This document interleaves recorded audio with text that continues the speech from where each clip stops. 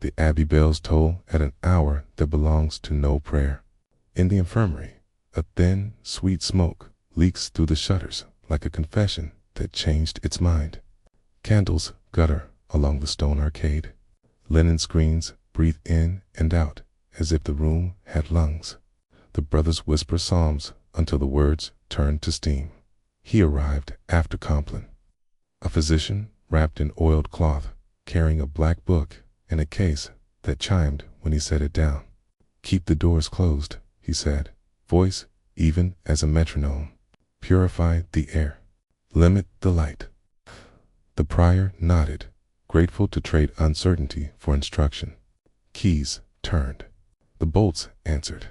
Now the ward is a world apart. Names are tied to wrists with quiet string. Fevered chests rise and fall in time with the bell.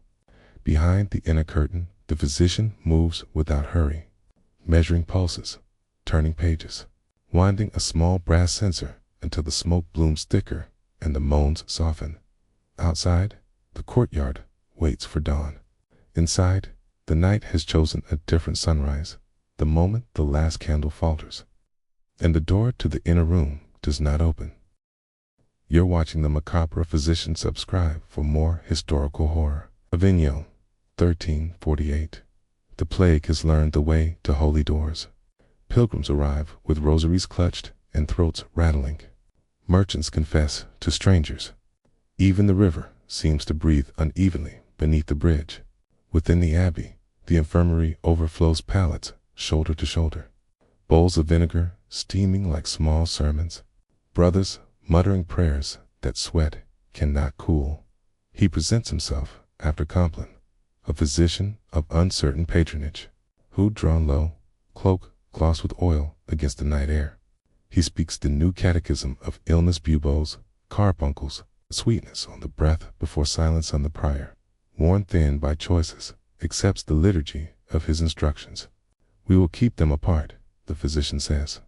"We will tame the air with smoke. We will let darkness rest the eyes." Keys change hands. Doors accept their purpose. He maps the ward as if it were a coastline. Beds are spaced to his measure. Screens hung so shadows fall where he intends them to fall. Sprigs of rue and bowls of boiled vinegar claim the air. Names are written carefully in his black book, then tied as small, obedient tags at each wrist.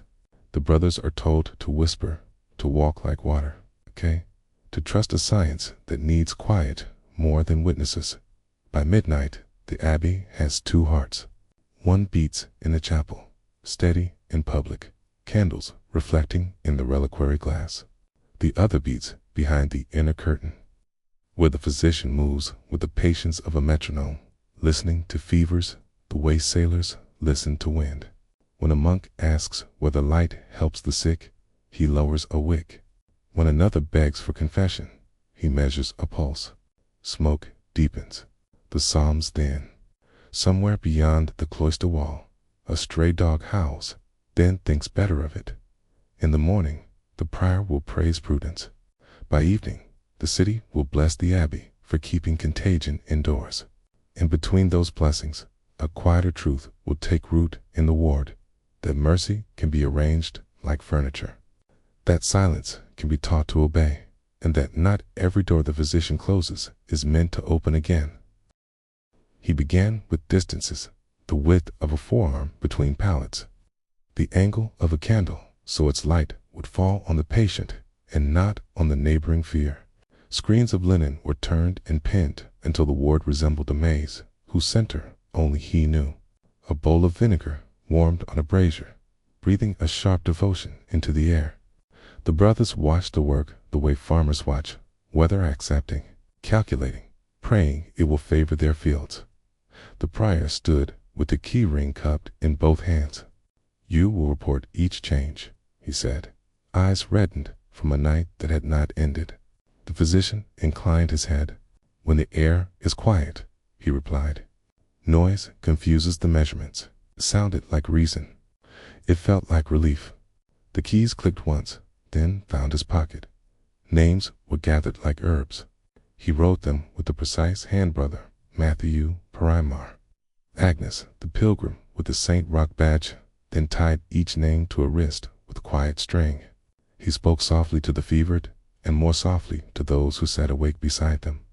"Rest is a medicine," he said, measuring a pulse with 2 fingers as even as a clock. "Light and breath must be rationed." From the crowd he chose 5. He did not choose the loudest suffering or the meekest hope. He chose those whose eyes followed the curve of his hand when he poured from a vial, whose breathing answered when he slowed his own. "The inner ward will spare you the draught," he told them. "The smoke works best there." The brothers nodded. The sick obeyed. The inner door sighed on its hinges. Within, the world narrowed. Lower candles, thicker air, a censer that ticked as it swung.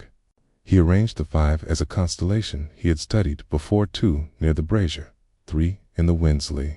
He marked the hour in his book, then wound the censer until the resin bloomed, and the room learned to forget its edges. Outside, a novice counted prayers against the doorframe as if they were nails. Inside, the physician counted breaths. He listened for the scene where moan became murmur, where names became initials, where a request for water became a nod he could answer with a measured draft. "We will have quiet," he said at last, to no one and to everyone. The ward obeyed. The bell, somewhere above the stone, agreed with a single, careful note. At Lauds, the bells argued with the smoke. Brothers filed past the door with bowls and whispered litanies that steamed their faces. The physician accepted each offering as if weight meant virtue, then returned it lighter. Less water, fewer wicks, more rules. "Silence," he reminded gently, "is a poultice for the lungs." He taught the ward to breathe on his count. In his black book, the morning took a column. Fever marks in the margin like small suns. Pulses notated as tides rising, slack, ebbing. Names he had written whole at midnight were narrowed to initials by noon. For speed, he explained to the prior. Ku did not want to notice the relief in such economy. He bled the air with vinegar and rue. He ground dried herbs with a mortar whose rhyme pleased the ear more than the patient. Drafts were measured in heartbeats. 3 sips while the censer turns once, he told Brother Matu, who obeyed and closed his eyes as if entering a chapel. Across the screen, Agnes pressed a relic to her throat and asked whether smoke could carry prayer. "It carries everything," he said, winding the chain again. Rumor learned new paths in the cloister. A monk swore he saw the physician speak to a candle and it brightened, but only over the inner door. Another found a scrap of notes near the font, circles labeled short, long, and arrow toward calm. The prior folded the scrap into his sleeve and told the community that order, too, can look strange while it's being built. The 5 from the inner ward slept without snoring, as if their dreams had been asked to whisper. The physician visited them in a circuit that never crossed itself. Brow, wrist, book. Wick, vial, book. Breath counted in pairs and written in numerals that did not tremble. When one asked for confession, he asked for patience. When another asked for light, he lowered the flame so the room could forget the shape of fear. By vespers, the infirmary had learned his tempo. The brothers walked softer to keep from breaking it. The censer traced a slow halo in the air. Somewhere, a novice coughed, and then, embarrassed by the sound, apologized to no one. The physician closed his book and weighed it in his palm, satisfied at how obedient the day had been. He set it down beside the bed nearest the brazier, where warmth would keep the ink awake. Outside, the river shouldered dusk toward the walls. Inside, the promise of a cure had become a promise of quiet. He knew was the first ingredient that never failed. By Compline, the ward had the geometry of a prayer: lines, pauses, repetition. He slipped behind the linen screen where the air turned viscous and ideas traveled slower. The inner room was smaller than memory and larger than mercy. A brazier ticked like a nervous heart. Glass vials nested in a wooden tray. amber catching what little light he allowed. He worked as if copying a manuscript stroke by stroke, with no flourish. A cloth soaked in vinegar cooled one brow. A draught kissed another tongue and left it calm. A wick lowered until the flame behaved like a secret. He timed each act to the censer swing. When the chain reached its farthest arc, he took a pulse. When it returned, he wrote a numeral. When it paused, he listened to the room decide whether to breathe in or out. The 5 in the inner ward answered differently to the same kindness. One steadied when the smoke thickened. One slept if the candle faced away. One followed his voice through the fog like a sailor chasing a bell. He marked these obediences in the margin short notes in a tight hand and tail. The page looked less like a list and more like a map. A novice entered with fresh water and forgot to blink. The linen made day into dusk. The patients were arranged like constellations. The physician's shadow stitched them together. "Set it there," he said, not unkind. "Close the curtain fully. The draught unthreads the cure." The boy obeyed and retreated into ordinary air, where sounds remembered how to be loud. When the ward beyond grew restless, he hummed a scale he used for counting. It eased the men who feared silence and quieted those who feared sound. Agnes asked if saints traveled by smoke. "Only when invited," he said, tilting the censer so the column rose straight and uncomplaining. He rewrote names to initials and initials to signs he did not need to explain. Columns met in a neat corner where he penciled the hour in a small cross. Not a prayer, only a mark that meant to continue. Outside, the bells rehearsed tomorrow. Inside, the room learned the final lesson of order, that once a pattern holds, a door can be closed without anyone noticing the hinge. Stormlight peeled the cloister to stone and bone. Wind pressed at the shutters and found a seam. The infirmary breathed smoke like a sleeping beast. In the arcade, a novice, chasing a runaway taper, stooped to catch a paper skittering along the flags. Not a prayer, not a confession. Columns of initials marched in 2 ranks. Opposite them, neat numerals. In between them, small words: draft, interval, exposure. In the margin, a diagram of circles with notes: short burn, long burn, repeat until calm. He brought the page to the prior, as if it were a thorn. The old man read without moving his lips, then folded the sheet once, twice, until it fit into a sleeve that suddenly felt heavy. "Order looks strange while it's being built," he told the boy, as if rehearsing a sermon. The novice nodded, not convinced, crossed himself backward. At vespers, the bell tolled once, hit again, then chose an hour that belonged to neither prayer nor watch. The brothers looked at one another the way men look at doors they are not sure they closed. The prior, sleeves hot with paper, went to the infirmary. He found the physician at the inner curtain, gloved hands steady over the book. "Your notes," the prior said. "They read like a ledger of weather." "A breath," the physician corrected gently. "Breath has tides. I am charting their moon." The brothers are frightened. "Fright," he said, "is an unmeasured draught." The prior asked to see the inner ward. The curtain rose by a hand's width, enough to admit a stripe of lamplight in the idea of bodies. The air was dense, dignified, obedient. "You promised reports," the prior managed. When the air is quiet, came the same even answer: "Noise ruins the cure." The bell tolled again, a single iron thought. Somewhere a bowl chimed in sympathy. The physician did not look up. His quill drew a small cross in the corner of the page. Not a prayer, but a hinge.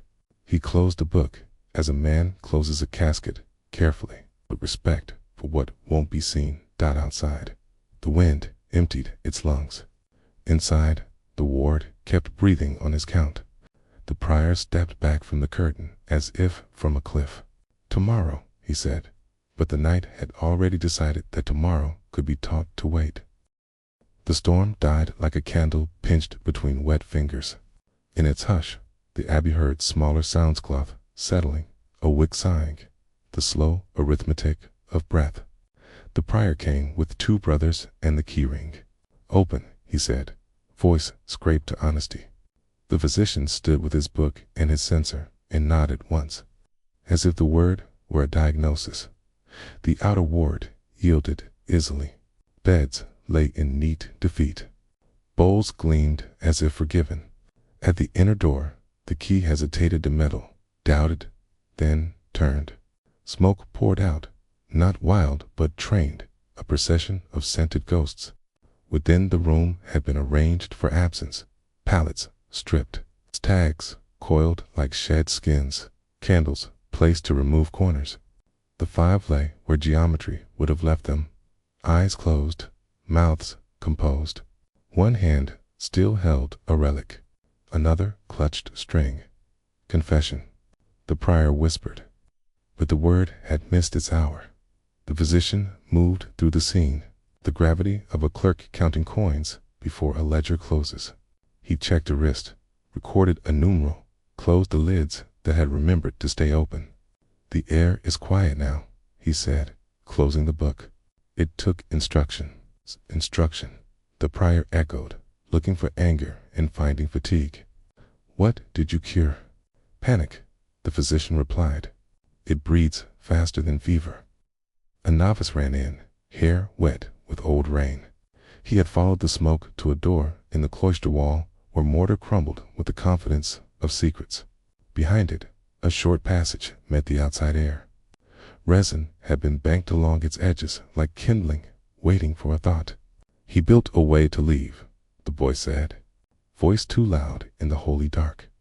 The prior turned, but the physician was already at the threshold, gloved hand on the latch, book tucked under his arm like a small, obedient animal. "You promised reports," the old man said, and for a heartbeat there were only 2 tired men sharing an hour that didn't belong to either. "I will send them," the physician said, and the sentence sounded true until one noticed it did not say where. He slipped into the passage. A gust from nowhere found the banked resin and woke it. Smoke rose with discipline. The inner ward dimmed to the color of memory. The brothers coughed and dragged buckets that had never held enough water. Bells tried to speak, but learned the taste of Ashdod at dawn. The infirmary was a diagram charred onto stone. The prior found the black book near the brazier, warm but legible. The last page held a tidy arrow and a list that was not of names. Houses under rule. Doors that keep their word. Where bells outnumber questions, the prior closed it as one closes a wound. He would tell the city that prudence had saved him. He would not say from what beyond the wall. A figure passed through the orchard like a shadow, deciding where to stand next. The census chain made a soft music, the metronome of his trade. Somewhere else, a church would lend him its quiet. Somewhere else, an infirmary would learn his count. And when the bell chose an hour that belonged to no prayer, he would begin again. Asterisk, asterisk, if this nightmare lingered. Like the video and subscribe to the Macabre Physician.